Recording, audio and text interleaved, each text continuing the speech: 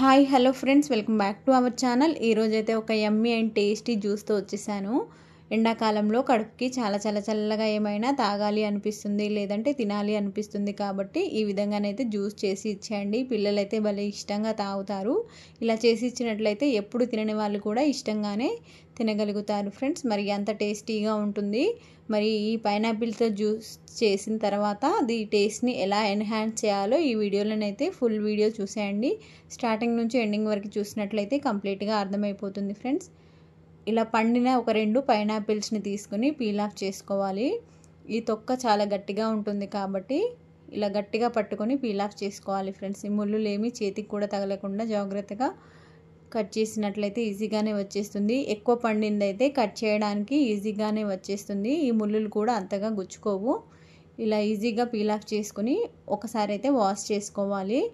మనం కట్ చేసేటప్పుడు వీటికి అంటిన ఏమైనా ముళ్ళులు ఉంటాయి కదా చిన్నవి, అవి ఫ్రూట్కి అతుక్కుపోతాయి. ఒకసారి వాష్ చేయడం వల్ల వాటిని ఈజీగా రిమూవ్ చేసేసుకోవచ్చు. ఇలా వేరొక బౌల్ తీసుకొని 2 గ్లాసుల వాటర్ వేసుకొని ఒకసారి బాగా వాష్ చేసుకొని నీళ్ళు లేకుండా డ్రైన్ అవుట్ చేసుకోవాలి.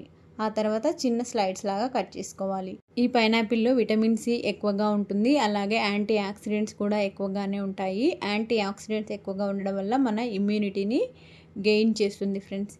ఇది బాగా పండింది అయితే జ్యూస్కి బాగుంటుంది. కాస్త కచ్చగా ఉన్నది అయితే స్లైడ్స్లా కట్ చేసుకొని ఫ్రూట్ సలాడ్లోకి బాగుంటుంది. బాగా పండిన పైనాపిల్ని షుగర్ ఉన్న వాళ్ళు తీసుకోవద్దు. కాస్త కచ్చగా ఉన్న పైనాపిల్ని అయితే స్లైడ్స్లా కట్ చేసుకొని తీసుకోవచ్చు. ఎక్కువ పండింది అయితే షుగర్ వాల్యూస్ ఎక్కువగా ఉంటాయి కాబట్టి అలాంటి వారికి ఇది వర్తించదు. సో కచ్చగా ఉన్నదైతే షుగర్ ఉన్న వాళ్ళు కూడా తీసుకోవచ్చు ఫ్రెండ్స్. ఈ పైనాపిల్ జ్యూస్ని రెగ్యులర్గా కాకపోయినా వీక్లీ ఒక్కసారి తీసుకున్నా కూడా హెయిర్ గ్రోత్ని పెంచడంలో, స్కిన్ గ్లోని పెంచడంలో బాగా హెల్ప్ చేస్తుంది ఫ్రెండ్స్. ఇలా బాగా పండిన జ్యూస్ని రెడీ చేసుకునేటప్పుడు 1.5 టేబుల్ స్పూన్ల వరకు గోందు కతీరాని యాడ్ చేసుకోవాలి. ఇలా యాడ్ చేసుకోవడం వల్ల ఎండాకాలంలో బాడీ డీహైడ్రేట్ అవ్వకుండా చేస్తుంది.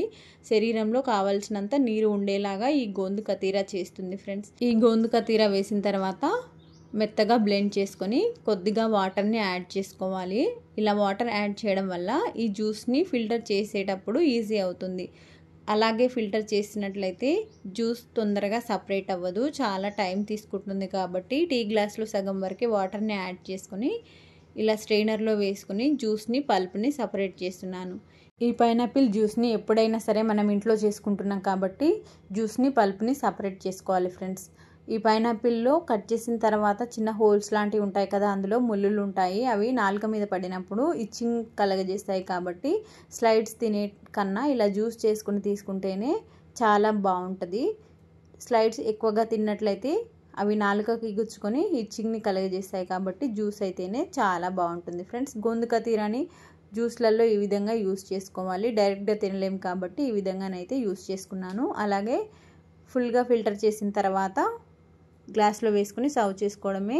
ఒక గ్లాస్ తీసుకొని 4-5 ఐస్ క్యూబ్స్ని వేసుకొని ఈ పైనాపిల్ జ్యూస్ని వేసుకొని 2-3 టేబుల్ స్పూన్ల వరకు నానబెట్టిన సబ్జా గింజల్ని వేసుకొని వెంటనే తీసుకున్నారంటే ఎండాకాలంలో కడుపుకి చాలా చలవ చేస్తుంది.